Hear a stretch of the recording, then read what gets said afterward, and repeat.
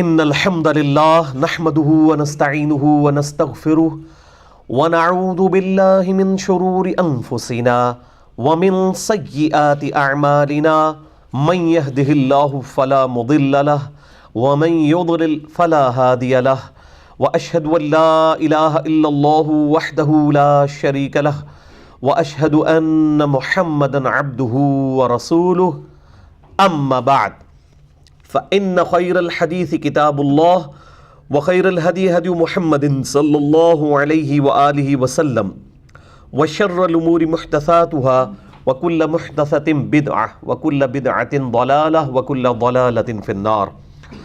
أعوذ بالله السميع العليم من الشيطان الرجيم من همزه ونفخه ونفثه. بسم الله الرحمن الرحيم.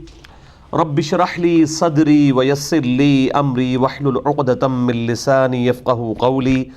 بسم الله الرحمن الرحيم. ان الله وملائكته يصلون على النبي يا ايها الذين امنوا صلوا عليه وسلموا تسليما. اللهم صل على محمد وعلى ال محمد كما صليت على ابراهيم وعلى ال ابراهيم انك حميد مجيد. اللهم بارك على محمد وعلى آل محمد كما باركت على إبراهيم وعلى آل إبراهيم إنك حميد مجيد. اللهم ربنا آتنا في الدنيا حسنة وفي الآخرة حسنة وقنا عذاب النار. ربنا آتنا من لدنك رحمة وهيئ لنا من أمرنا رشدا. لا إله إلا أنت سبحانك إني كنت من الظالمين. حسبنا اللہ ونعم الوکیل. یا حی یا قیوم برحمتک استغیث ولا حول ولا قوة الا باللہ العلی العظیم. آمین. الحمدللہ آج 10 دسمبر 2017 کو سنڈے کے دن قرآن کلاس نمبر 275 میں ہم انشاءاللہ تعالی سورۃ الاحزاب کی آیت نمبر 35 سے آنورڈ سٹارٹ کریں گے. اعوذ باللہ من الشیطان الرجیم. بسم اللہ الرحمن الرحیم. یہ قرآن حکیم کی ایک اہم ترین آیت ہے، سورۃ الاحزاب کی آیت نمبر 35، اس اعتبار سے کہ اللہ تعالیٰ نے مسلسل اس آیت کے اندر فیمیل جو مسلمان ہیں یا مومن ہیں اور مومنات ہیں، اور میل مومن اور مسلم، ان کو الگ الگ مینشن کیا ہے. عموماً قرآن حکیم میں جب بھی گفتگو ہوتی ہے تو اللہ تعالیٰ کا جو سٹائل ہے وہ مذکر کے صیغے میں خطاب کیا جاتا ہے، اور یہ عربی میں تغلیب کا قاعدہ بھی ہے، یعنی ڈومیننٹ چونکہ مرد ہیں اس لیے مردوں کو خطاب کیا جاتا ہے. اور اسی حوالے سے ایک روایت بھی جامع ترمذی کے اندر موجود ہے کہ بعض صحابیات کی طرف سے یہ بات بھی نبی صلی اللہ علیہ وآلہ وسلم کی خدمت میں عرض کی گئی کہ قرآن حکیم میں تو عموماً مردوں کو صیغوں کے ساتھ خطاب کیا جاتا ہے، سوائے ان جگہوں کے کہ جہاں پر اسپیسیفکلی عورتوں سے ریلیٹڈ احکامات ہیں، وہاں کا معاملہ تو الگ، لیکن عموماً جتنا بھی خطاب ہے وہ مذکر کے صیغوں کے ساتھ ہے. تو اللہ تعالیٰ نے اس کانٹیکسٹ میں ان مسلمات اور مؤمنات کی دل جوئی کی خاطر یہ آیت نازل فرمائی، جس میں اللہ تعالیٰ نے میلز اور فیمیلز دونوں کو الگ الگ مینشن کر کے ان کو جنت کی خوشخبری سنائی ہے، ان کے نیک اعمال اور صحیح عقیدوں کی برکت میں. اعوذ باللہ من الشیطان الرجیم. بسم اللہ الرحمن الرحیم. ان المسلمین والمسلمات، بے شک مسلم مرد اور مسلم عورتیں، یعنی اللہ کے حضور سر تسلیم خم کرنے والے مرد اور سر تسلیم خم کرنے والی عورتیں، والمؤمنین والمؤمنات، اور ایمان لانے والے مرد اور ایمان لانے والی عورتیں،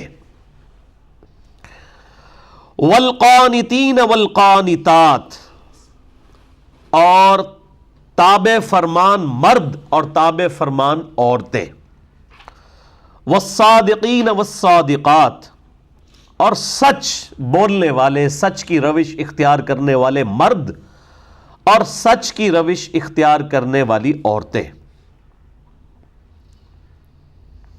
والصابرین والصابرات، اور صبر کرنے والے مرد اور صبر کرنے والی عورتیں۔ والخاشعین والخاشعات، اور اللہ کے حضور عاجزی کرنے والے مرد اور عاجزی کرنے والی عورتیں۔ والمتصدقین والمتصدقات، اور اللہ کے لیے صدقہ اور خیرات کرنے والے مرد اور صدقہ اور خیرات کرنے والی عورتیں۔ والصائمین والصائمات، اور روزہ رکھنے والے مرد اور روزہ رکھنے والی عورتیں۔ والحافظین فروجہم، اور اپنی شرمگاہوں کی حفاظت کرنے والے مرد۔ والحافظات، اور حفاظت کرنے والی عورتیں۔ والذاکرین اللہ کثیرا، اور کثرت کے ساتھ اللہ تعالی کا ذکر کرنے والے مرد۔ والذاکرات، اور کثرت کے ساتھ ذکر کرنے والی عورتیں۔ اعد لہم، اعد اللہ لہم مغفرۃ واجرا عظیما، ان سب کے لیے اللہ تعالیٰ نے مغفرت اور عظیم اجر تیار کر رکھا ہے۔ الحمدللہ آپ دیکھیں کہ اس میں خصوصاً عورتوں کے اعتبار سے تو بہت زیادہ دلجوئی ہے، اور چونکہ مردوں کو تو عموماً خطاب قرآن حکیم میں کیا گیا ہے، لیکن یہاں پہ اسپیسیفکلی عورتوں کو بھی ان کے فیمیلز کے جو سیغے ہیں عربی میں ان کے ساتھ خطاب کر کے اینڈ پہ مغفرت کی بشارت دی گئی ہے اور اجر عظیم کی۔ اچھا، ساتھ ہی ساتھ اس سورۃ الاحزاب کی آیت نمبر 35 میں یہ بات بھی پتہ چل گئی کہ اللہ تعالیٰ نے کن لوگوں کو جنت دینی ہے۔ صرف ایمان لانا کافی نہیں ہے، صرف اللہ اور اس کے رسول عز و جل و صلی اللہ علیہ وآلہ وسلم کو ماننا کافی نہیں ہے، بلکہ اللہ اور اس کے رسول عز و جل و صلی اللہ علیہ وآلہ وسلم کی ماننا بھی ضروری ہے۔ اور وہ جو کی ڈیفینیشن ہے نا، اس میں ہی یہ ساری کی ساری باتیں آ رہی ہیں۔ آپ دیکھیں کیا کیا بات ہوئی۔ ان المسلمین والمسلمات، یہ پہلی کیٹیگری ہے کہ تابع فرمان، سر تسلیم خم کرنے والے مرد اور عورتیں۔ دوسرا والمؤمنین والمؤمنات، اور صحیح ایمان لانے والے مرد اور صحیح ایمان لانے والی عورتیں، یعنی جو اللہ کو واقعی اپنا خدا مان لیں، اپنے محبوب صلی اللہ علیہ وآلہ وسلم کو اپنا رہنما مان لیں، اور پھر ان کے مقابلے پر کسی کی بات کو قبول نہ کریں۔ تیسری چیز والقانتین والقانتات، اور تابع فرمان مرد و عورتیں۔ چوتھی چیز والصادقین والصادقات، سچ کی روش اختیار کرنے والے مرد اور عورتیں۔ پانچویں چیز والصابرین والصابرات، صبر کرنے والے مرد اور صبر کرنے والی عورتیں۔ دین پورے کا پورا صبر ہی ہے، یعنی آپ کو اللہ تعالیٰ کی طرف سے آئی ہوئی تکلیف پہ بھی صبر کرنا ہے۔ وَلَنَبْلُوَنَّكُمْ بِشَيْءٍ مِّنَ الْخَوْفِ وَالْجُوعِ وَنَقْصٍ مِّنَ الْأَمْوَالِ وَالْأَنفُسِ وَالثَّمَرَاتِ وَبَشِّرِ الصَّابِرِينَ الَّذِينَ إِذَا أَصَابَتْهُمْ مُصِيبَةٌ قَالُوا إِنَّا لِلَّهِ وَإِنَّا إِلَيْهِ رَاجِعُونَ۔ ایک تو اللہ تعالیٰ کی طرف سے آئی ہوئی تکلیف پہ صبر ہے، دوسرا صبر ہے فرائض پہ استقامت کا صبر۔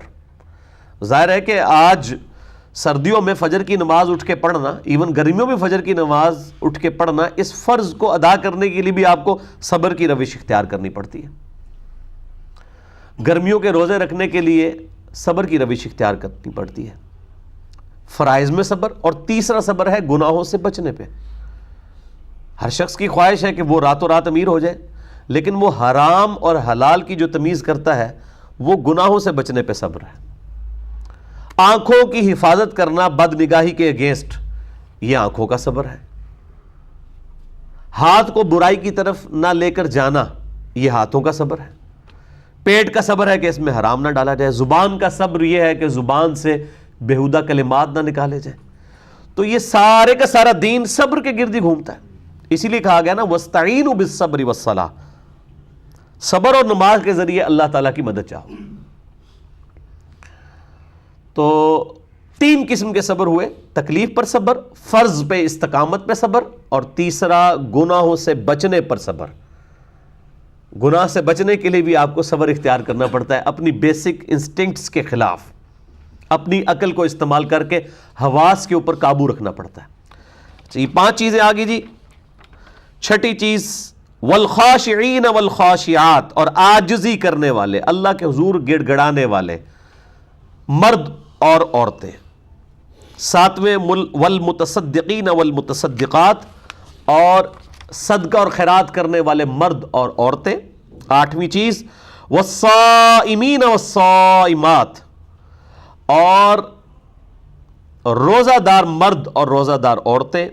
اور 9ویں چیز والحافظین فروجہم والحافظات، اور اپنی شرمگاہوں کی حفاظت کرنے والے مرد اور عورتیں۔ اور 10ویں چیز والذاکرین اللہ کثیرا والذاکرات، کثرت کے ساتھ اللہ کا ذکر کرنے والے مرد اور عورتیں۔ تو یہ تلک عشرۃ کاملہ، پوری 10 چیزیں اللہ تعالیٰ نے اس میں اہل ایمان جن کو جنت ملنی ہے ان کے لیے، یعنی آپ سمجھ لیں کہ وہ 10 چیزیں گنوا دی گئی ہیں کہ یہ بیسک چیزیں ہیں جن کے اوپر انسان نے عمل کرنا ہے۔ ظاہر ہے ان میں سے ہر ایک جو ہے وہ اگر آپ اس کے اوپر ڈسکشن کریں تو گھنٹوں چاہیے، اور اس اعتبار سے میں نے ان تمام چیزوں کے اوپر اسپیسیفکلی الگ سے لیکچرز بھی ریکارڈ کروائے ہیں۔ مثال کے طور پر اب جہاں تک تعلق ہے صدقہ اور خیرات کا، تو اس کانٹیکسٹ میں مسئلہ نمبر 95A اور B ہے میرا، صدقہ خیرات اور زکوٰۃ سے ریلیٹڈ۔ رمضان سے ریلیٹڈ 4 لیکچر ہیں، مسئلہ number 53A B C D۔ پھر اس کے بعد یہ شرمگاہ کی حفاظت سے ریلیٹڈ اور سیکس اور اس سے ریلیٹڈ ساری چیزوں پہ مسئلہ نمبر 155 ہے۔ اور ذکر کے کانٹیکسٹ میں تو میں نے 6 لیکچرز، جب وہ آیت آئی تھی سورۃ الرعد کی آیت نمبر 28، الا بذکر اللہ تطمئن القلوب، آگاہ ہو جاؤ کہ اللہ کی یاد میں دلوں کا سکون ہے، تو 6 نشستوں میں یہاں پہ تقریباً 8 سے 10 گھنٹوں میں گفتگو ریکارڈ ہوئی تھی، مسئلہ نمبر 111A B C اور 112A B C۔ تو آج میں ان چیزوں کو سکپ کرتا ہوں۔ ان ساری چیزوں کے بعد اللہ نے ان 10 چیزوں کو گنوانے کے بعد فرمایا اعد اللہ لہم مغفرۃ واجرا عظیما، ایسے لوگوں کے لیے جن کے اندر جن مرد و عورت کے اندر یہ صفات پائی جاتی ہوں گی، اللہ تعالیٰ نے سجا کر رکھا ہے، تیار کر رکھا ہے مغفرت اور اجر عظیم۔ اللہ تعالیٰ بھی ہمیں ان لوگوں میں شامل فرمائے، اور اللہ تعالیٰ ہمیں ان لوگوں کی کیٹیگری سے محفوظ فرمائے کہ جو اللہ تعالیٰ کے غضب کا شکار ہونے والے ہیں، آمین۔ اب میرے بھائیوں، اگلی جو آیات ہیں سورۃ الاحزاب کی آیت نمبر 36 سے آنورڈ، چند آیات، یہ بھی نبی صلی اللہ علیہ وآلہ وسلم کی زندگی کا ایک بڑا اہم ترین واقعہ ہے، جس کے اعتبار سے آج تک مختلف ڈسکشنز جو ہیں وہ پبلک کے اندر عام ہیں۔ آج میں شاید اتنی ڈیٹیل میں تو نہ جاؤں، جو قرآن حکیم میں جتنی چیزیں بیان ہوئی ہیں میں انشاءاللہ ان کو ڈسکس کروں گا۔ سورۃ الاحزاب کے آغاز ہی میں 2 بڑے شریعت کے مسائل بیان ہوئے تھے۔ نمبر 1 مسئلہ بیان ہوا تھا کہ اسلام میں منہ بولا رشتہ کوئی نہیں ہے، اور نمبر 2 ایشو اس اعتبار سے کہ جو کوئی شخص اپنی بیوی کو اگر ماں کہہ بیٹھے تو اس کے لیے کیا کفارہ ہے، اس کے اوپر میرا الگ سے کلپ ریکارڈڈ ہے، اور وہیں پر میں نے بتایا تھا کہ یہ جو منہ بولا رشتہ ہے اس کے کانٹیکسٹ میں آگے چل کے ڈیٹیلز بھی آئیں گی، اور آپ صلی اللہ علیہ وآلہ وسلم کی مبارک زندگی میں ہی ایک ایسا رول ماڈل ہمارے لیے رکھ دیا گیا، اور آپ صلی اللہ علیہ وآلہ وسلم کی زندگی میں ایک ایسا اہم ترین واقعہ پیش آیا کہ جس کی وجہ سے اللہ تعالیٰ نے یہ منہ بولا رشتے والی جو رسم ہے اس کو توڑ دیا کہ یہ کبھی بھی حقیقی رشتہ نہیں ہو سکتا۔ جو رشتے حرمت والے رشتے ہیں ان کے ایکویلنٹ کبھی بھی منہ بولے رشتے نہیں ہو سکتے، اور نہ ہی منہ بولے رشتے جو ہے وہ رضاعت کا ایکویلنٹ ہو سکتے ہیں، یعنی دودھ پیتے رشتے، کیونکہ جو چیزیں جو بخاری اور مسلم کی حدیث ہے کہ جو نسب جو ہے وہ حرمت والے رشتوں سے حرام ہوتا ہے، وہی نسب جو ہے وہ دودھ والے معاملے سے بھی حرام ہو جاتا ہے، لیکن اس میں صحیح مسلم میں حدیث ہے کم از کم 5 دفعہ دودھ پلانے سے۔ خیر وہ آج ٹاپک نہیں ہے، آج اسپیسیفکلی ڈسکشن ہوگی سورۃ الاحزاب کی آیت نمبر 36 سے آنورڈ، نبی صلی اللہ علیہ وآلہ وسلم کی زندگی کے ایک واقعے سے متعلق، اور وہ ہے سیدنا زید ابن حارثہ رضی اللہ تعالی عنہ وعلیہ السلام، جو آپ صلی اللہ علیہ وآلہ وسلم کے منہ بولے بیٹے تھے۔ آپ صلی اللہ علیہ وآلہ وسلم کی پھپھی جو تھی امیمہ بنت عبد المطلب، ان کی ایک بیٹی تھی سیدہ زینب رضی اللہ تعالی عنہا وسلام اللہ علیہا۔ ان کے ساتھ آپ صلی اللہ علیہ وآلہ وسلم نے سیدنا زید ابن حارثہ کا رشتہ طے کروایا۔ زید ابن حارثہ رضی اللہ تعالیٰ عنہ کو لوگ زید ابن محمد بھی کہا کرتے تھے، کیونکہ آپ صلی اللہ علیہ وآلہ وسلم نے بڑی چھوٹی عمر سے ان کو پالا تھا، اور یہ بیسیکلی سیدنا خدیجہ رضی اللہ تعالی عنہا وسلام اللہ علیہا، جو سیدہ فاطمہ رضی اللہ تعالی عنہا وسلام اللہ علیہا کی والدہ محترمہ تھی اور امہات المومنین میں سے ہیں، ان کے یہ غلام تھے زید ابن حارثہ۔ یہ غلام آپ صلی اللہ علیہ وآلہ وسلم کو شادی کے بعد گفٹ کر دیے سیدہ خدیجہ نے، اور ان کی پرورش نبی صلی اللہ علیہ وآلہ وسلم نے کی، یعنی لڑک پن کی عمر میں ہی آپ صلی اللہ علیہ وآلہ وسلم کے پاس ہی آگے 12 سے 15 سال کی عمر میں۔ چونکہ آپ صلی اللہ علیہ وآلہ وسلم نے ان کی پرورش کی، تو عرب کے اندر ایک منہ بولے رشتے والا معاملہ جو ہے بڑا ایک سٹرونگ رشتہ سمجھا جاتا تھا، اسی وجہ سے ان کو لوگ زید ابن محمد صلی اللہ علیہ وآلہ وسلم رضی اللہ تعالی عنہ کہنا شروع ہو گئے، اور یعنی ایک یہ ٹرینڈ کے طور پہ تھا عرب میں۔ تو اللہ تعالیٰ اس رسم کو توڑنا چاہتا تھا، اور اس رسم کو توڑنے کے لیے ظاہر ہے کہ آپ صلی اللہ علیہ وآلہ وسلم کی مبارک ذات کو سامنے رکھا جاتا تو ہی اتنے بڑے لیول کی رسم ٹوٹ سکتی تھی۔ بہرحال اللہ تعالیٰ کی طرف سے معاملہ ایسا ہوا کہ زید ابن حارثہ رضی اللہ تعالیٰ عنہ کی جب عمر جو ہے وہ شادی کی عمر کو پہنچی، تو آپ صلی اللہ علیہ وآلہ وسلم نے ان کے رشتے کے لیے تگ و دو شروع کر دی۔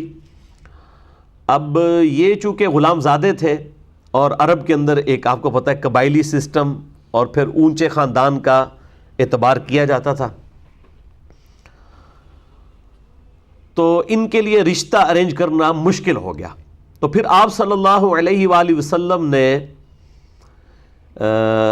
اپنی ذاتی کوشش کے ساتھ سیدہ امیمہ بنت عبد المطلب، جو آپ صلی اللہ علیہ وآلہ وسلم کی پھپھی تھیں، ان کی بیٹی سیدہ زینب رضی اللہ تعالی عنہا وسلام اللہ علیہا کے ساتھ زید ابن حارثہ کے رشتے کی بات چلائی۔ لیکن ظاہر ہے کہ اب زید ابن حارثہ جو ہیں وہ غلام زادے تھے، اور رنگ بھی ان کا کالا تھا حبشیوں والا، اور دوسری طرف ایک ہاشمی خاندان جو قریش کا اعلیٰ ترین قبیلہ، خانہ کعبہ کے متولی سیدنا عبد المطلب، اور ان کی وہ آپ سمجھ لیں پوتی ہیں، نبی صلی اللہ علیہ وآلہ وسلم بھی ان کے پوتے ہیں، تو ایک اونچا خاندان تو تھا۔ تو وہ لوگ ریلیکٹنٹ ہوئے اس رشتے کو قبول کرنے کے لیے، حالانکہ اللہ کے نبی صلی اللہ علیہ وآلہ وسلم نے رشتہ طے فرمایا،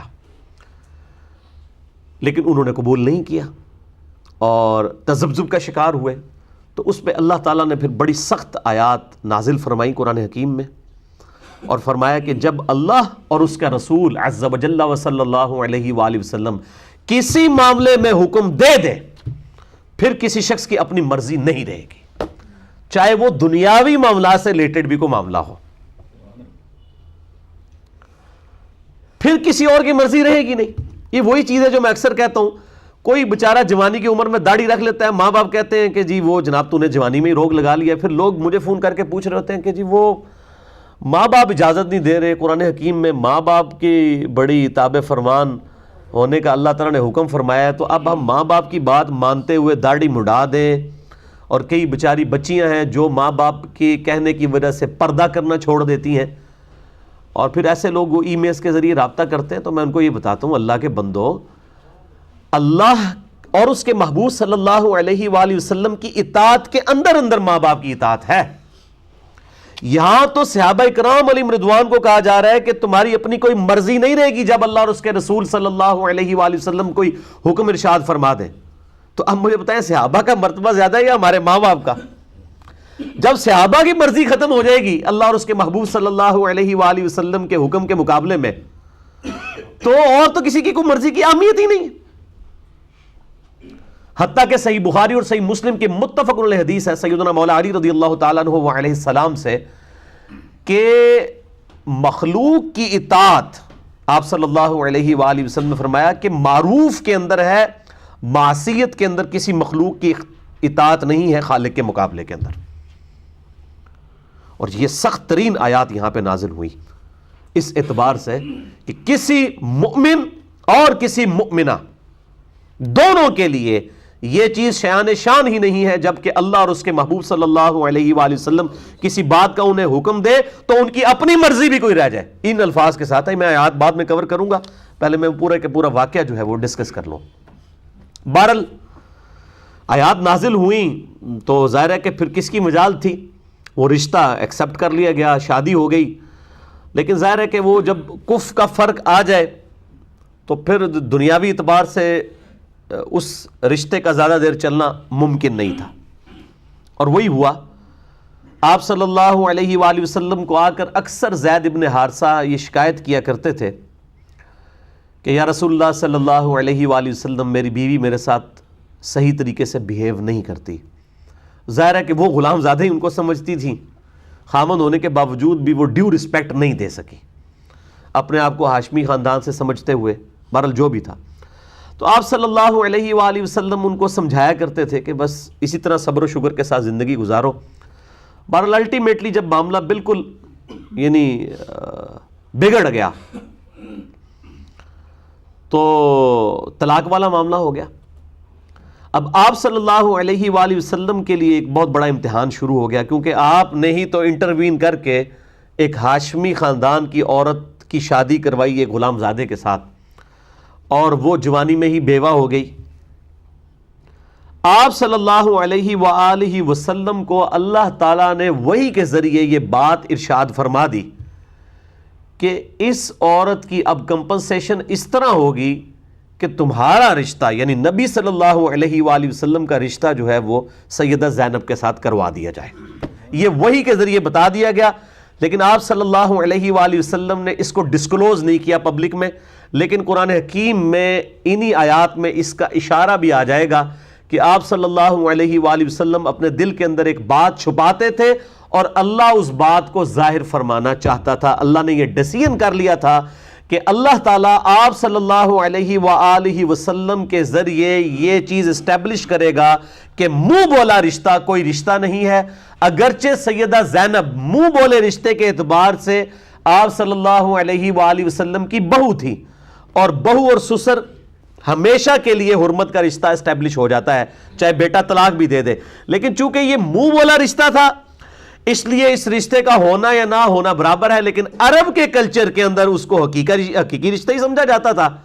اور اگر یہ معاملہ ہو جاتا کہ آپ صلی اللہ علیہ وآلہ وسلم طلاق کے بعد اپنی منہ بولی بہو کے ساتھ رشتہ کر لیں تو ایک ہنگامہ کھڑا ہو جانا تھا، لیکن اب اس رسم کو توڑنے کے لیے بھی ضروری تھا کہ آپ صلی اللہ علیہ وآلہ وسلم کو فرنٹ پہ رکھ کے اللہ تعالیٰ کوئی ایسا معاملہ اسٹیبلش کرتا کہ تاکہ لوگوں کو یقین آ جاتا کہ منہ بولا رشتہ کوئی چیز نہیں ہے۔ اتنا بڑا واقعہ کیا گیا،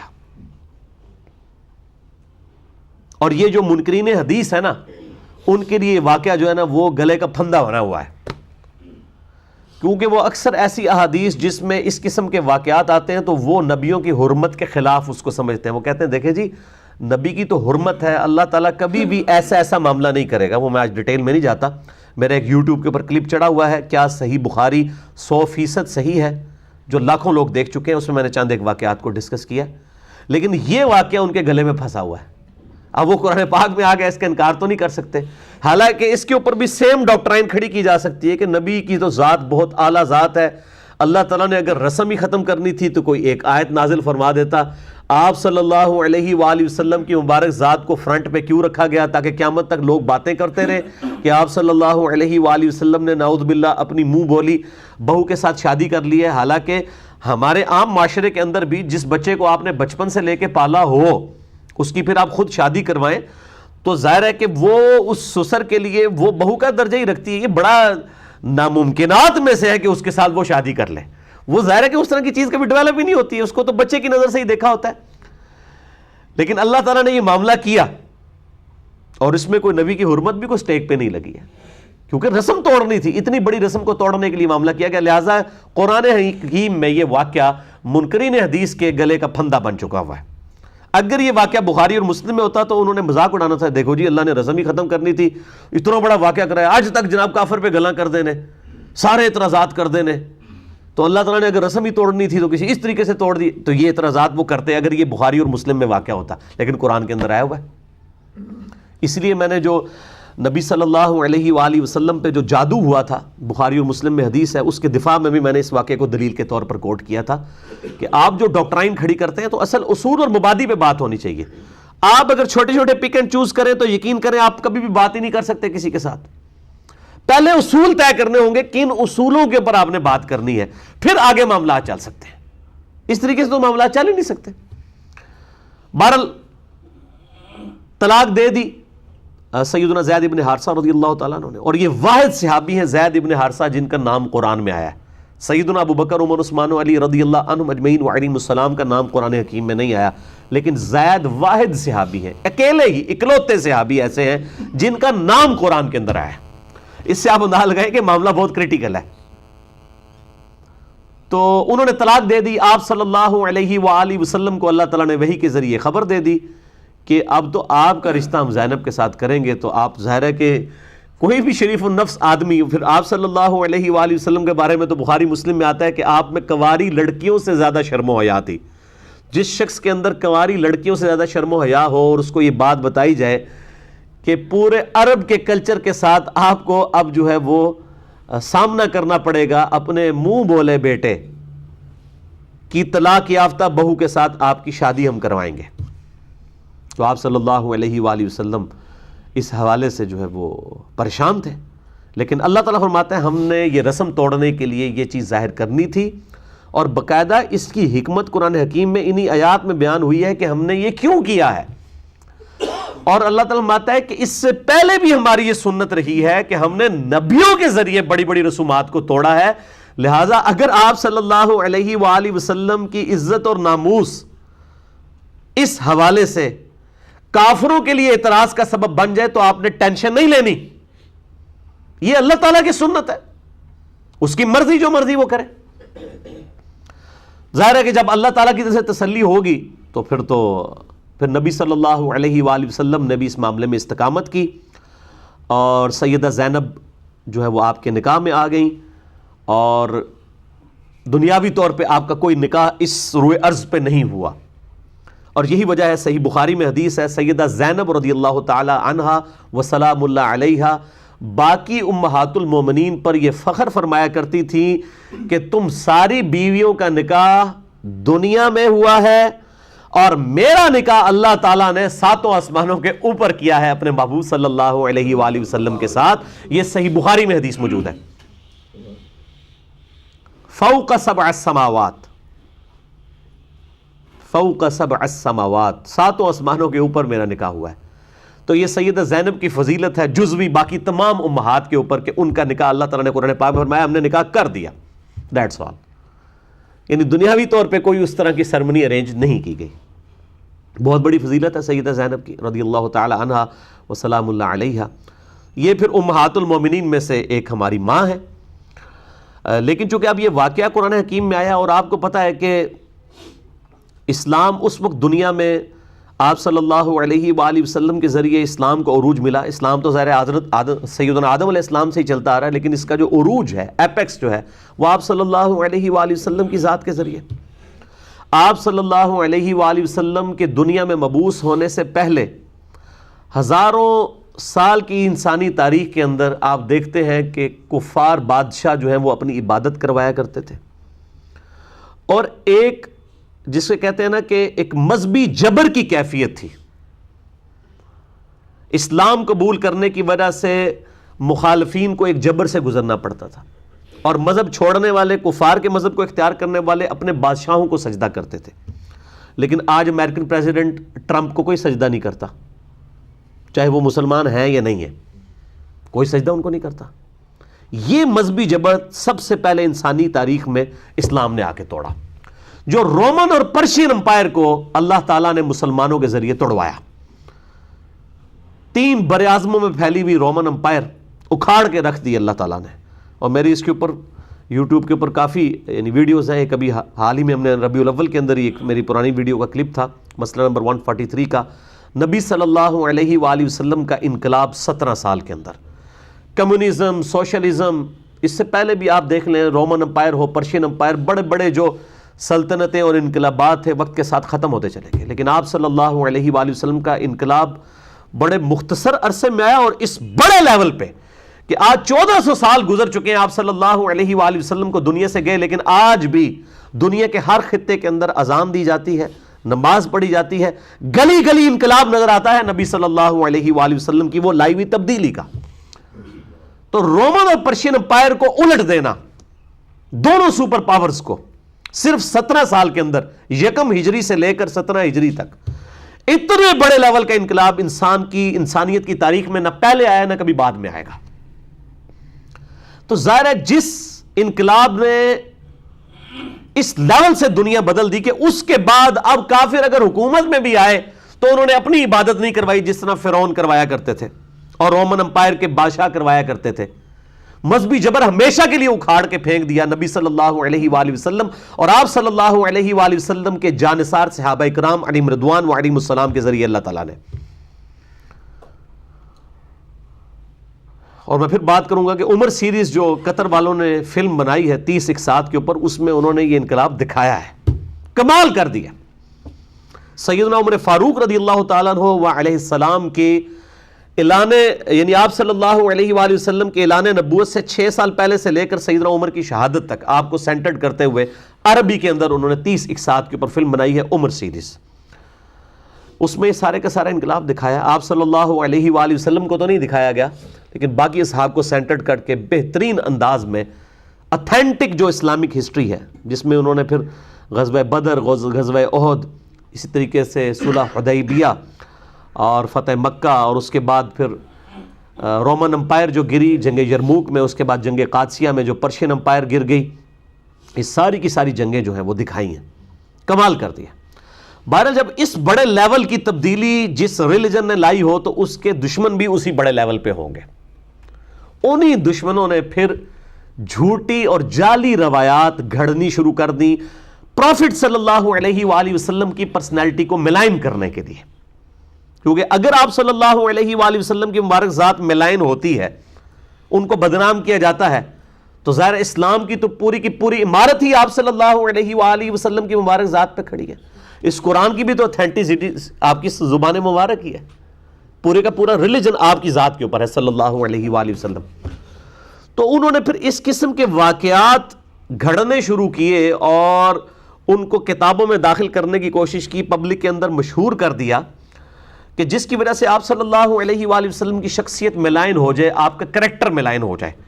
وہ شخصیت جس نے آ کر حیا کے حوالے سے جو ہے وہ ریلیجن میں ایسی ایپیکس کے اوپر تعلیمات دیں کہ بے حیائی کو، جس کو کہتے ہیں نا نتھ ڈالنے والی بات، حالانکہ پہلے ایسا نہیں تھا معاملہ، لیکن اس قدر یہاں تک فرما دیا، بخاری مسلم کی حدیث ہے کہ دیور بھی موت ہے۔ اس لیول کے اوپر حیا کا جہاں پہ اہتمام کیا جاتا ہو، تو ظاہر ہے کہ جو لوگ بے حیائی کو دنیا میں پریویل کرنا چاہتے ہیں، شیطان اور اس کے ایجنٹ، قرآن حکیم میں آیا کہ شیطان اور اس کے ایجنٹ تو چاہتے ہیں کہ مسلمانوں میں بے حیائی پھیلے۔ مسئلہ نمبر میرا 106 آپ دیکھ لیں، کالج کے لڑکے اور لڑکیوں کی ڈیٹس پہ ملاقاتیں، یہ اس کا ٹاپک ہے، اور مسئلہ نمبر 155 میرا سیکس کے اوپر، اس میں نے یہ ساری چیزیں کھول کے بیان کی ہیں۔ اس کے علاوہ بھی ہے مسئلہ نمبر 161A غض بصر، نظر کی حفاظت کے اعتبار سے، اور 161B جو ہے وہ عورتوں کے حجاب اور پردے کے اعتبار سے، اس میں نے کافی ڈیٹیل احادیث اور قرآن حکیم سے آیات پیش کی ہیں اس حوالے سے۔ تو انہوں نے کہا کہ آپ صلی اللہ علیہ وآلہ وسلم کی شخصیت کے بارے پہ ایسے بہتان لگائے جائیں کہ آپ صلی اللہ علیہ وآلہ وسلم کا کریکٹر بدنام کیا جائے، معاذ اللہ، کہ آپ صلی اللہ علیہ وآلہ وسلم کی زندگی میں بھی حیا سوز قسم کی کوئی واقعات انجیکٹ کر دیے جائیں، اور وہ پھر واقعات ظاہر ہے کہ وہ ہماری تفاسیر کی کتابوں کے اندر بھی آ گئے۔ الحمدللہ احادیث کی کتابوں میں نہیں آئے، کیونکہ احادیث میں بہرحال جان پھٹک کی جاتی ہے صحیح اور ضعیف کے اعتبار سے۔ تفسیر کی کتابوں کے اندر، تاریخ طبری کے اندر، تفسیر طبری کے اندر اس طرح کے واقعات آئے، اور پھر اس قسم کے واقعات تصوف کی کتابوں کے اندر بھی، خصوصاً کشف المحجوب کے حوالے سے میرے کہ یہ کلپس بھی ریکارڈڈ ہیں اور میں نے لیکچر بھی ریکارڈ کروایا ہے، اس کتاب کے اندر بھی صحب اور سکر کی بحث میں اس طرح کے واقعات، سیدنا زید ابن حارثہ کی بیوی کے ساتھ نعوذ باللہ من ذالک ایک جھوٹا سکینڈل گھڑا گیا کہ آپ صلی اللہ علیہ وآلہ وسلم کو نعوذ باللہ ان کی ایک دفعہ نگاہ جو ہے وہ زید ابن حارثہ کی بیوی پہ پڑ گئی، تو آپ کے دل میں ان کے لیے جو ہے وہ کوئی ایسے جذبات پیدا ہوئے، تو اللہ تعالیٰ نے ان جذبات کی قدر کرتے ہوئے، اب دیکھیں نا کیسی، جس کو کہتے ہیں نا کہ وہ میٹھی پوڑی کے اندر اتنے گستاخانہ واقعہ انجیکٹ کیا کہ جی وہ تو اللہ نے تو اپنے نبی کی قدر کی ہے، جی اس میں کون سا گستاخانہ واقعہ ہے؟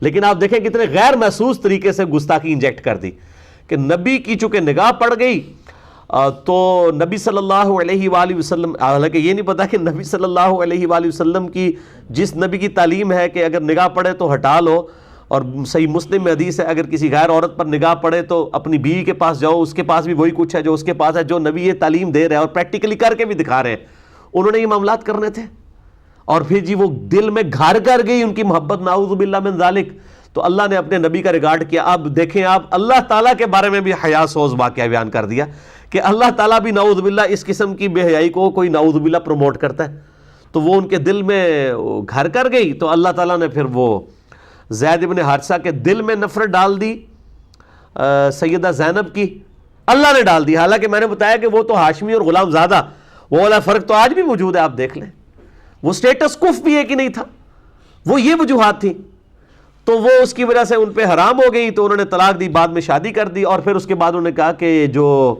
اسی حوالے سے جو تصوف کے ہاں جو ہے سکر کا ایک کانسیپٹ پایا جاتا ہے وہ بھی اسی کیٹیگری کے اندر فال کرتا ہے، اور جو صحف کا کانسیپٹ پایا جاتا ہے اس کے حوالے سے انہوں نے وہ تورات جو ٹیمپرڈ فارم میں، اس کے اندر ایک واقعہ سیدنا داؤد علیہ السلام کے بارے میں بھی آتا ہے کہ وہ ان کی نگاہ ایک دفعہ اپنے صحابی اوریا کی بیوی پہ پڑ گئی جو چھت کے اوپر نہا رہی تھی نعوذ باللہ، تو انہوں نے اوریا کو جو ہے وہ آگے جنگ میں بھیج کے قتل کروا کے تو بعد میں اس کی بیوی کے ساتھ خود شادی کر لی نعوذ باللہ۔ اس سے تصوف کے ہاں صحف ثابت کیا گیا کہ بھول چوک، اور سکر کہتے ہیں وہ بھول چوک نہیں ہے، وہ تو بندہ اپنی ہوش میں ہی نہیں ہوتا، تو نعوذ باللہ نبی علیہ السلام بھی اپنی ہوش میں تھی، انہوں نے جان بوجھ کے نہیں دیکھا بلکہ آپ نعوذ باللہ ہوش میں ہی نہیں تھے، حالانکہ قرآن تو کیا کہہ رہا ہے، ما ضل صاحبکم وما غوا، تمہارے نبی نہ کبھی بہکے ہیں نہ کبھی بہرا چلے ہیں، وما ینطق عن الہوا، وہ اپنی خواہش نفس سے کچھ نہیں کہتے، ان ہوا الا وحی یوحا، وہ تو وہی کہتے ہیں جو اللہ ان کو وحی کرتا ہے۔ اور بخاری و مسلم کی حدیث کہ نبی علیہ السلام میں کنواری لڑکیوں، پردہ نشین لڑکیوں سے زیادہ شرم و حیا تھی، آپ صلی اللہ علیہ وآلہ وسلم اتنے شرم و حیا والے تھے، یہ معاملات آپ کے ساتھ ہو ہی نہیں سکتے تھے، بالوں نے وہ واقعات لیے، اور اس میں انہوں نے جو ہے، چونکہ آپ کو پتہ ہے تصوف کے ہاں کیسی کیسی چیزیں پائی، ہمارے آپ لاہور شہر میں ایک مزار ہے مادو لال حسین، جی وہ کہتے ہیں مادو لال ایک لڑکا تھا ہندو، اور حسین جو ہے وہ ایک مسلمان بزرگ تھے، وہ اس لڑکے پر عاشق ہو گئے تھے، اور وہ عشق مشوقی انہوں نے وہ یعنی دو مردوں کی آپس میں چلائی ہے، ایک ہندو کی اور ایک مسلمان کی، اور کہتے ہیں وہ آج بھی وہ میلہ چراغاں ہوتا ہے ان کے نام کے اوپر، اور وہ کہتے ہیں کہ جی وہ چونکہ ان کے درمیان ایک عشق محبت کا رشتہ تھا تو وہ ان کا نام جو ہے اکٹھا بن گیا، اور اس میں مادو لال کا نام پہلے بولا جاتا ہے اور حسین کا۔ اب اس قسم کے واقعات پھر اب ظاہر ہے کہ اس قسم، اور آج تک آپ ٹی وی پہ آپ دیکھ لیں خبریں آتی رہتی ہیں آئے دن، کبھی کوئی پیر جو ہے وہ کسی لڑکی کو لے کے بھاگ جاتا ہے، کبھی کوئی اس طرح کے معاملات۔ اب یہ ساری کی ساری چیزوں کو انہوں نے جسٹیفائی کرنے کے لیے، ظاہر ہے مسلمانوں کو یہ سمجھانے کے لیے کہ بھئی یہ بھی کوئی ایک تصوف کا ایسا رنگ ہوتا ہے جس میں انسان جو ہے کوئی لڑکا لڑکی، کوئی مرد کسی مرد کے اوپر عاشق ہو جاتا ہے، یا کوئی مرد کسی غیر محرم عورت پہ عاشق ہو جاتا ہے، تو وہ کہتے ہیں یہ عشق مجازی یا عشق حقیقی، وہ کہتے ہیں بھئی عشق حقیقی تک پہنچنے کے لیے عشق مجازی کی ضرورت ہے۔ اب یہ ساری کی ساری جو انہوں نے یہ جعلی چیزیں تھیں، ان کو جسٹیفائی کرنے کے لیے ان واقعات کا سہارا لیا۔ اب جب انہوں نے ان واقعات کا سہارا لیا تو اب ظاہر ہے کہ وہ آج تک ہمارے گلے میں فٹ ہوئے ہیں، اور وہ نبی صلی اللہ علیہ وآلہ وسلم کی شخصیت کو ملائن کیا جاتا ہے۔ تو میں نے ان آیات کے اندر آپ کو پتہ چل جائے گا، میں نے اسی لیے پورے کا پورا واقعہ بیان کیا کہ بالکل ایسی چیز نہیں تھی، نعوذ باللہ من ذالک۔ قرآن خود اپنی حفاظت کرتا ہے، احادیث خود حفاظت کرتی ہیں، اور میں اکثر کہا کرتا ہوں کہ ہمارے محبوب صلی اللہ علیہ وآلہ وسلم کی شخصیت وہ شخصیت ہے جس پہ ہزاروں کیمرے فٹ تھے،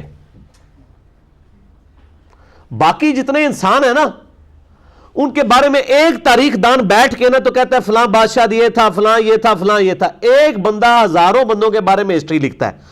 اور ہمارے نبی صلی اللہ علیہ وآلہ وسلم کی شخصیت وہ ہے کہ جن کے بارے میں ہزاروں لوگوں نے ایک بندے کی شخصیت کو روایت کیا ہے حدیث کی کتابوں کے اندر. لیکن آپ کا کوئی ایک جانثار صحابی بھی ایسا نہیں جو آپ کے ساتھ پوری زندگی اٹیچ رہا ہو اور وہ آپ کی وفات کے بعد کبھی آپ کے دین کو چھوڑ گیا ہو. فتح مکہ کے موقع پہ جو لوگ انٹر ہوئے تھے وہ کئی ایک جو ہے مرتد بھی ہو گئے. میرا انشاءاللہ تعالیٰ ایک دو دن تک کلپ بھی مسئلہ نمبر 96 سے وہ تیار کروایا میں نے, وہ اپلوڈڈ ہو جائے گا کہ صحابی کی تعریف کیا ہے. ٹھیک ہے, ہم سارے لوگوں کو صحابہ نہیں مانتے ہیں جنہوں نے حضور صلی اللہ علیہ وسلم کو ایمان کی حالت میں دیکھ لیا, بلکہ وہ صحابی ہوگا جو آپ صلی اللہ علیہ وآلہ وسلم کی اس نے کچھ صحبت اختیار کی, اس کے بعد مرنے کے بعد مرتد نہیں ہوا. ورنہ کئی صحابہ تو حضرت ابوبکر کے خلاف منکرین زکوٰۃ بن گئے, مسلمہ کذاب کے ساتھ جا کے مل گئے. بخاری و مسلم میں حدیث ہے کہ ایسے لوگ جب میرے حوض کوثر پہ لائے جائیں گے میں کہوں گا یا ربی اصحابی اصحابی, اے میرے رب یہ میرے صحابہ ہیں.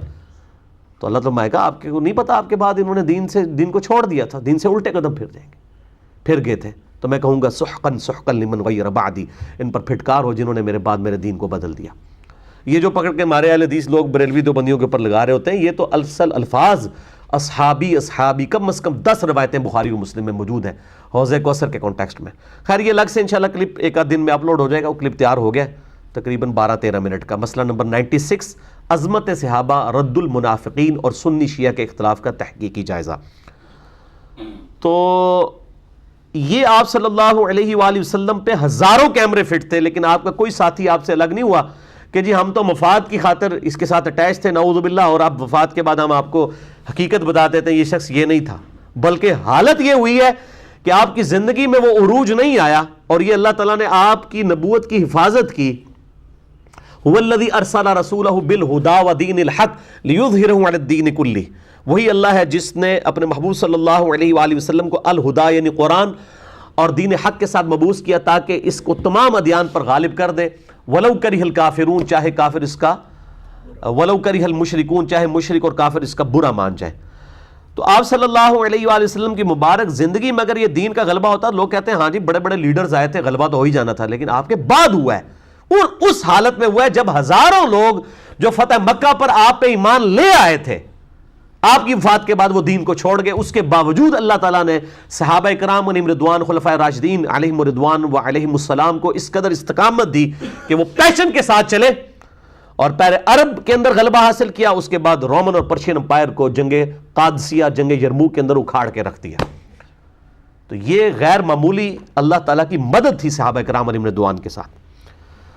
تو اتنے کیمرے جس شخص کے اوپر فٹ ہوں اس کو تو یعنی اپنا کریکٹر اس کا تو بالکل کھلی کتاب ہوتا ہے. تو ایسا کوئی واقعہ کسی حدیث کی کتاب کے اندر رپورٹ نہیں ہوا. یہ واقعات پبلک کے اندر, ایون حدیث کی کتابوں میں بھی کئی جعلی واقعات آ گئے, لیکن شکر ہے صحیح اور ضعیف کے فرق نے جو محدثین نے اسماء و رجال کا علم ڈیولپ کیا ہے اس کی برکت سے اکھاڑ کے وہ پرے پھینک دیے گئے. اور یہ تو شکر الحمدللہ کسی حدیث کی کتاب میں بھی واقعہ نہیں آیا, یہ تفسیر طبری کے اندر آیا. تفسیر ابن کثیر میں بھی حافظ ابن کثیر نے اسے نقل کیا اور کہا کہ یہ بالکل جعلی واقعہ ہے, اور علامہ قرطبی نے بھی اس کو جعلی کہا. لیکن تصوف کے ہاں نہ صرف یہ واقعہ نقل کیا گیا بلکہ انہوں نے اپنے بزرگوں کی جو غلط عقائد اور نظریات تھے ان کو ڈیڈکٹ کیا اس واقعے کے ساتھ, جو ہے ہی بالکل جعلی تھا. تو آج میں اس کی ڈیٹیل میں نہیں جاؤں گا, میں آلریڈی اس کے اوپر کافی دفعہ بول چکا ہوں. مسئلہ نمبر 71B آج سے 5 سال پہلے میرا ریکارڈڈ ہے. انڈیا اور پاکستان کے بزرگوں کی 19 گستاخانہ عبارات کا تحقیقی جائزہ, اور ریٹن میں بھی ہماری ویب سائٹ اہلسنتپاک.com پہ میرا ریسرچ پیپر ہے, اندھا دھند پیروی کا انجام, جو لیکچر کے اینڈ پہ سب لوگوں کو مل جائے گا. اس میں میں نے یہ سارے واقعات نقل کیے ہیں اور قرآن و سنت سے ان کے اوپر محاسبہ کیا ہے. تو مسئلہ نمبر 71B بھی میرا دیکھ سکتے ہیں. اس کے علاوہ مسئلہ نمبر 164A اور 164B, جس میں نے پریکٹیکلی یہ کتابیں جو ہیں HD کیمرے میں دکھا کے اور یہ ساری چیزیں بتائی ہیں کہ لمحہ فکریہ ہے ان کتابوں کو چھاپنے والوں کے لیے, اور لمحہ فکریہ ہے ان لوگوں کے لیے کہ جو ان کتابوں کو اس اعتبار سے پبلک میں پریزنٹ کر رہے ہیں کہ شاید اصل ریلیجن ان کتابوں کے اندر موجود ہے جن میں ایسے گستاخانہ عبارات موجود ہیں. اور میں نے ان ویڈیوز میں بھی بار بار کہا, میں آج بھی کہتا ہوں کہ ان کتابوں کے مصنفین کے ساتھ ہمارا کوئی لینا دینا نہیں ہے, کیونکہ ہمیں نہیں پتا انہوں نے لکھا یا نہیں لکھا. ہمارا جھگڑا ان لوگوں کے ساتھ ہے جو آج تک وہ کتابیں چھاپ رہے ہیں. بہرحال آج میں اس ڈیٹیل میں نہیں جاؤں گا، یہ اتنی گفتگو کافی تھی. اب ان آیات کو کور کر لیتے ہیں. سیدہ زینب اور رضی اللہ تعالی عنہا و سلام اللہ علیہا کے اعتبار سے اعوذ باللہ من الشیطان الرجیم، سورۃ الاحزاب آیت نمبر 36. وما کان للمؤمن، کسی مؤمن کے لیے شایع نہیں ہے، ولا مؤمنۃ، اور نہ ہی کسی مؤمن عورت کے وہ یہ زیب دیتا ہے، اذا قضى اللہ ورسولہ امرا، کہ جب اللہ اور اس کا رسول کسی معاملے میں فیصلہ فرما دے، حکم دے دے، ان یکون لہم الخیرۃ من امرہم، کہ انہیں اس معاملے میں اپنا بھی کوئی اختیار رہ جائے، کیونکہ النبی اولیٰ بالمؤمنین من انفسہم وازواجہ امہاتہم، نبی صلی اللہ علیہ وآلہ وسلم مومنین کے اوپر ان کی جانوں سے بڑھ کر حق رکھتے ہیں، اور نبی کی بیویاں امت کی مائیں ہیں. تو کیسے یہ مومن مرد اور مومن عورت کے پاس کوئی اختیار رہ جاتا ہے جب اللہ اور اس کا محبوب صلی اللہ علیہ وآلہ وسلم کسی معاملے میں حکم دے دیں؟ وَمَن يَعْصِ اللَّهَ وَرَسُولَهُ فَقَدْ ضَلَّ ضَلَالًا مُبِينًا، جو کوئی اللہ اور اس کے رسول کی معصیت کرے گا، نافرمانی کرے گا، وہ گمراہ ہوا اور گمراہی میں بھی دور جا پڑا. تعویل خاص کے اعتبار سے یہ سیدہ زینب کے حوالے سے ان کے خاندان کے لوگوں کو تنبیہ کی جا رہی ہے. ہم تو کسی کھاتے میں نہیں ہے کہ جو اللہ اور اس کے رسول کی نافرمانی کرے وہ گمراہ ہو گیا. ہم لوگ کس کھاتے کے اندر؟ وَإِذْ تَقُولُ لِلَّذِي أَنْعَمَ اللَّهُ عَلَيْهِ، اور یاد کرو وہ وقت جب تم اس شخص کو فرماتے تھے اے نبی صلی اللہ علیہ وآلہ وسلم کہ جس پر اللہ نے انعام کیا، وَأَنْعَمْتَ عَلَيْهِ، اور جس پہ آپ نے بھی انعام کیا تھا، یعنی آپ نے بچپن سے لے کے اس کو پالا. اب وہ یہ آیات دیکھیں ایک کانٹیکسٹ کے ساتھ ہے. ان آیات کو لے کے وہ سورہ توبہ میں بھی اس طرح کی آیات آتی ہیں ملتی جلتی، تو وہ کہتے ہیں کہ جی وہ اللہ بھی انعام کرتا ہے امت کے اوپر، نبی علیہ السلام بھی کرتے ہیں. تو اب آپ دیکھیں وہ اسپیسیفکلی وہ انعام کیا ہے. اس حساب سے تو ماں باپ بھی انعام کرتے ہیں اولاد کے اوپر. ٹھیک ہے، کتنے یعنی آپ سمجھیں ایکسٹریم الفاظ ہیں. رب ارحمہما کما ربیانی صغیرا، اے میرے رب ان دونوں پر رحم فرما جس طرح انہوں نے بچپن میں مجھ سے پالا تھا. رب کا لفظ ماں باپ کے لیے استعمال کیا گیا ہے، لیکن وہ دنیاوی اعتبار سے ہے. تو یہاں بھی دنیاوی اعتبار سے کہ اے نبی جس پہ تو نے انعام کیا تھا، یعنی تو نے اس کو بچپن سے یعنی پالا تھا، یعنی زید ابن حارثہ کو. امسک علیک زوجک، اور آپ صلی اللہ علیہ وآلہ وسلم اس کو کیا کہتے تھے کہ اپنی بیوی کو اپنے پاس ہی اپنی زوجیت میں رکھ. واتق اللہ، اور اللہ سے ڈر. ٹھیک ہے، اب آپ صلی اللہ علیہ وآلہ وسلم کیا نعوذ باللہ یہ آپ کوئی کہہ سکتے ہیں دنیاوی اعتبار سے کوئی ایکٹنگ والا معاملہ تھا؟ نہیں. جب آپ کوئی کہہ رہے ہیں اور اللہ بھی فرما رہا ہے کہ آپ یہ کہتے تھے، آپ کی تو پوری خواہش تھی کہ وہ عورت ان کے عقد میں ہی رہے. وَتُخْفِي مَا فِي نَفْسِكَ، اور آپ چھپاتے تھے اس بات کو جو آپ کے جی میں تھی. مَاللَّهُ مُبْدِيهِ وَتَخْشَى النَّاسَ، جس بات کو اللہ نے ظاہر فرما دینا تھا اور آپ لوگوں سے ڈرتے تھے. اب آپ صلی اللہ علیہ وسلم لوگوں سے کیوں ڈرتے تھے؟ کیا آپ نے لوگوں کے سامنے پبلکلی جو ہے اس چیز کا اظہار کیا ہوا تھا کہ میں نے یہ نعوذ باللہ اس قسم کا جو واقعات لکھے ہوئے ہیں؟ نہیں. آپ کو اللہ نے وحی کے ذریعے فرمایا کہ بھئی یہ مستقبل میں فیصلہ ہونے والا ہے. جیسا کہ آپ دیکھیں نا مسند احمد میں صحیح سند کے ساتھ یہ حدیث موجود ہے کہ آپ صلی اللہ علیہ وآلہ وسلم کو اللہ تعالیٰ نے سیدنا حسین علیہ السلام کی شہادت سے 50 سال پہلے ہی فرما دیا کہ اس بچے کو آپ کی امت جو ہے وہ فرات کے کنارے شہید کر دے گی. اور آپ کی زار و کتار آنکھوں سے آنسو رواں تھے. سیدنا علی آئے اور کہا اے اللہ کے نبی صلی اللہ علیہ وآلہ وسلم، میرے ماں باپ آپ پہ قربان، آپ کو کس نے غمگین کیا؟ تو فرمایا ابھی بھی جبرائیل آئے تھے اور مجھے کہا کہ آپ اس بچے سے پیار کر رہے ہیں جبکہ آپ کی امت اسے قتل کر دے گی. 50 سال پہلے بتایا جا رہا ہے. تو اب 50 سال بعد ایک واقعہ ہونا ہے اور آپ صلی اللہ علیہ وسلم رو رہے ہیں.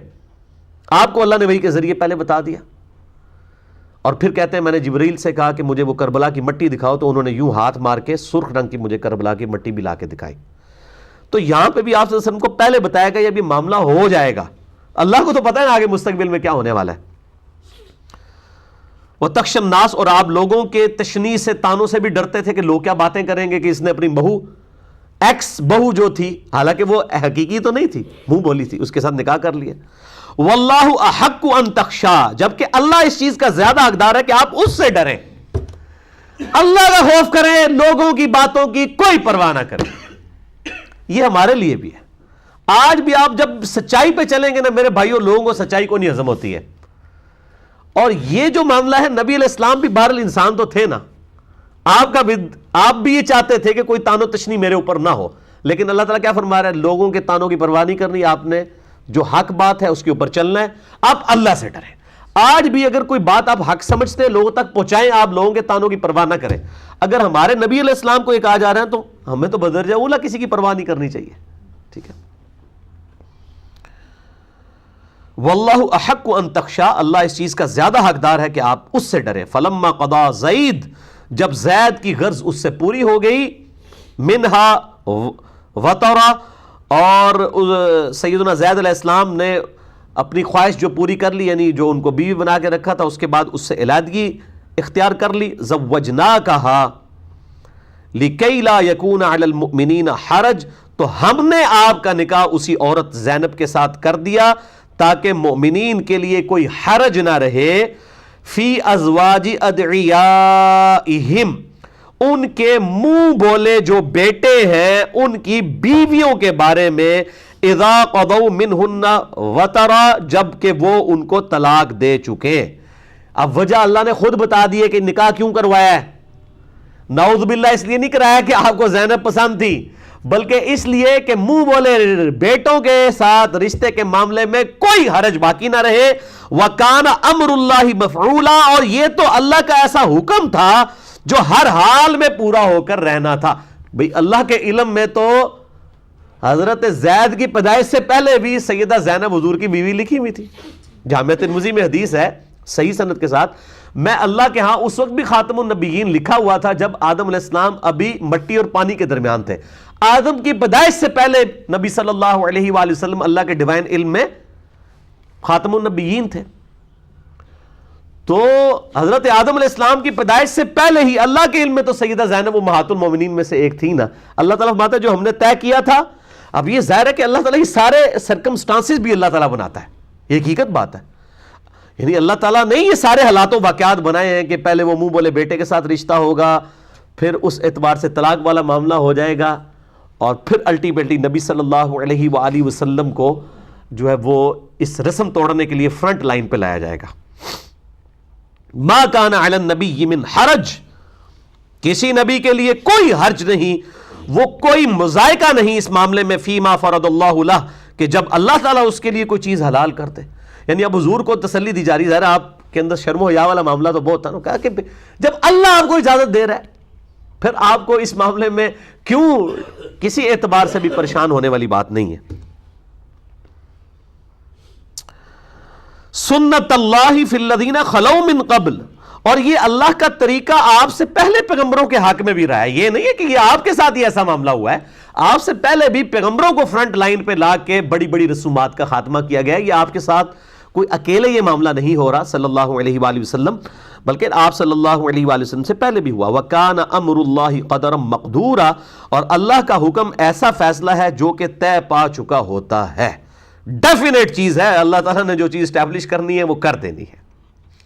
الذین یبلغون رسالات اللہ ویخشونہ ولا یخشون احدا، وہ لوگ، وہ انبیاء کرام جو اللہ کا پیغام لوگوں تک پہنچاتے ہیں اور صرف اللہ سے ڈرتے ہیں، ولا یخشون احدا الا اللہ، اور کسی ایک سے بھی نہیں ڈرتے اللہ تعالیٰ کے مقابلے پر، وکفا باللہ حسیبا، ایسے لوگوں کے لیے اللہ تعالیٰ جو ہے وہ کافی ہے۔